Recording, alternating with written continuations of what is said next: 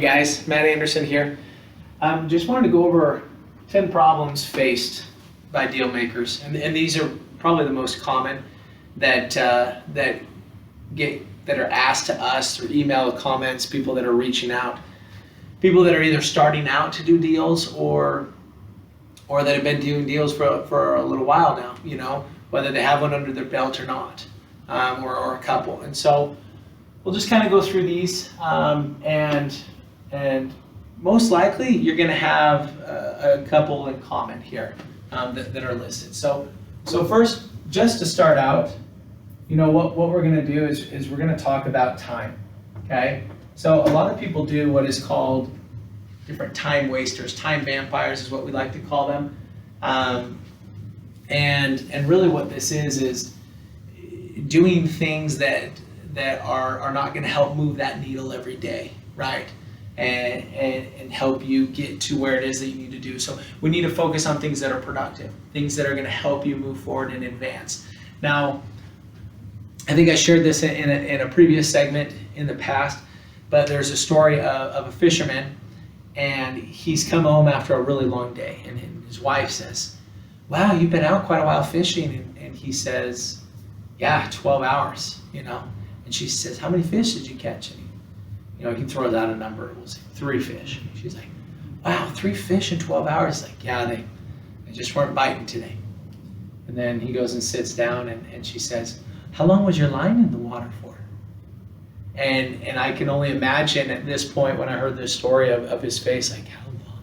Was it in for only 6 hours, half the time, more or less? How much time did he spend fiddling with the flies or adjusting his pole or snacking or chatting or trying to find the right spot?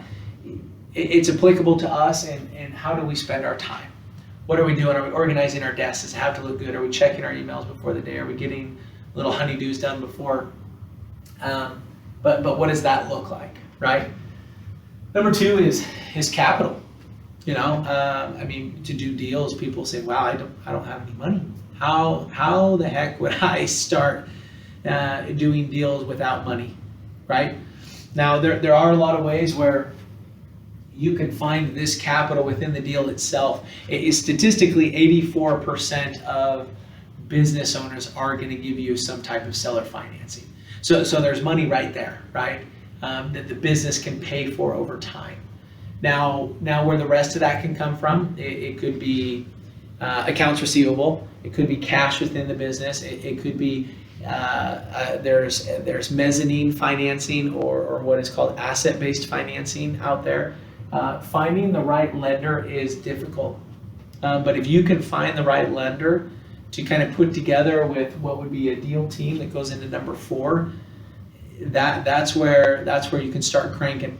Okay, so I'm going to go into number 4, which is a deal team. Now, a lot of people when you're starting out, and I was this way too, is I wore the hat of, I was the finder, sourcing the businesses. I spoke to the business owner myself. I would do the due diligence myself, so I collected all the financials, the last 3 years of profit and loss, balance sheets, and taxes. And then after I went through that, it's about finding, hey, is this a viable business or not to move forward with? And if it was, then I need to collect more things, attrition rates, saying, how many employees do you have? What's your turnover rate? And then seeing the customer concentration. Is one customer have over 50% of their business or over 12% of their business? You don't want to be too dependent if one customer were to fall off, right? And a deal team helps you bring in all these different variables because they're working on what it is that they do best to kind of bring this full circle. So very quickly and concisely you can say, is this deal viable? Does it make sense to move forward with or not, right? Because if you're the only person wearing all the hats, it can be done, it has been done, it is being done. However, it is super time consuming and it definitely takes a lot out of you. So if you plan on doing this in the long run to constantly do deals, deal team is what you need. And you need to start putting that together, okay? Whether you're the type of individual that wants to put your own team together and lead that team, or if you're the individual that wants to be a part of a team and you have value to provide and, hey, I can source really well, or I can do the finances. I have a background in, if you're an attorney type or an accountant of sorts, right? So number 5 is mindset, okay? So mindset going in, I'm just going to give you my personal example. I came from, I say I worked for a financial company, but really it was a glorified call center. I would qualify financial advisors to a certain extent without crossing that line of having a license or not, right? And then I would pass them off and set up appointments with the advisor they were most congruent with, right, in their area and whatnot. But mindset is how am I, Matt Anderson, able to do a deal, right?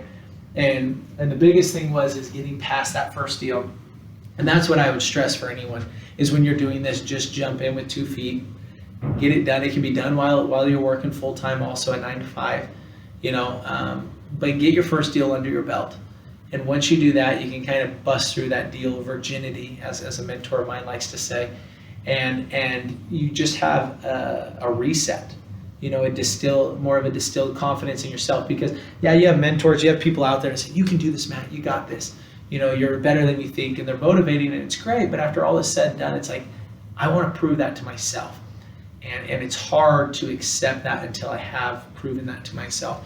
And so, I can have faith and hope and do these things and say affirmations and things like that, but until I actually did that deal, did my confidence really spike that this could be done, right? And so mindset is key. And so getting that first deal done is a big deal, no pun intended.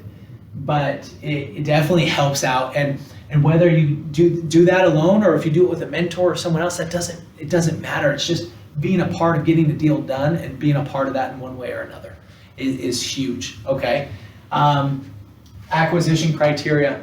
So you need to pinpoint what it is that you want to purchase, that you want to go after to acquire, and then focus and hone in on that. You could be all over the board, and you could be super broad, and you could have deals come up and you're just not really sure.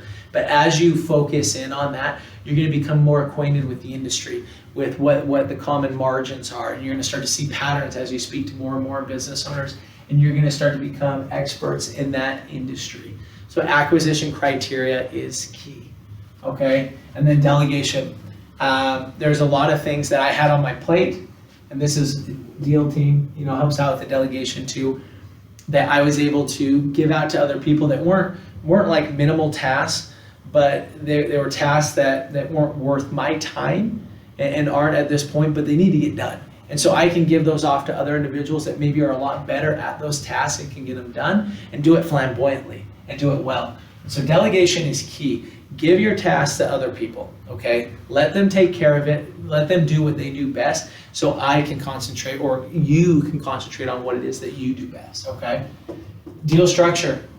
How are you at structuring deals? If you're not very good, you need to practice. There's a lot of templates out there and different things that you can use to input numbers, and a lot of them are free. Just put deal structure templates on Google, type it in, and send it out, and see what kind of resources you get back. If you have any questions, or if you like a template, comment below. Let me know. Okay, we'll get you one. Okay, but deal structure. If you can be a part of a team that can put good deals together and structure those, or be a part of someone, or you yourself can learn to do that, that's a huge value right there. Okay, deal structure is big. Okay, and then number 10, just to kind of end here, is you have brokers, accountants, lawyers. It's just kind of other. If you are working with other individuals, possible business owners that want to sell or have a strategic partnership, if they're working with these people, just be aware that these are potential obstacles or roadblocks for you, okay? As you know, if you followed me, I do not use brokers. I don't go through brokers. I don't even play with, looking at offers at all, and I don't go to broker websites to taunt myself on businesses that might look great, but you have to get through the broker. I don't do that because I know how the majority of them end, and so to save myself from that heartbreak, I just leave it alone, and I don't go to the sites. I don't look for deals there. I look for all deals offline. Same thing with accountants and lawyers. A lawyer's job, they're doing their job if they're telling the owner to not take any risk, because by taking zero risk, there's not going to be any potential backlash, okay? So whether that's to the detriment or actually helping out the business owner, that's for them to decide. But I've seen a lot of lawyers get in the way of these deals just because they advise, well, there could be some risk there. Well, of course there could be some risk. There's risk in everything. There's risk in me stepping out of my bed in the morning that I'm going to stub my toe. Okay. Now, and the business owner usually didn't get his business to the point where it is now without taking those risks. However, they get to a point where they have those lawyers that definitely can get in the way. But if you have any questions here moving forward regarding time, capital, lenders, deal flow, the deal team mindset, delegation, acquisition, deal structure, or just the brokers and the lawyers and what that means, feel free to just reach out, ask any questions. We're here to help out in any way possible. But until then, realize that there are problems that are faced by many deal makers out there. But if you can just understand that a lot of us have already gone through those issues, and we still do at times, we've overcome those. And so instead of trying to go through and overcome yourself, ask the question. Come out, ask the question. We can let you know what's worked for us and maybe shorten that learning curve for yourself. But, until then, good luck with everything. Happy hunting, and we'll be in touch here soon.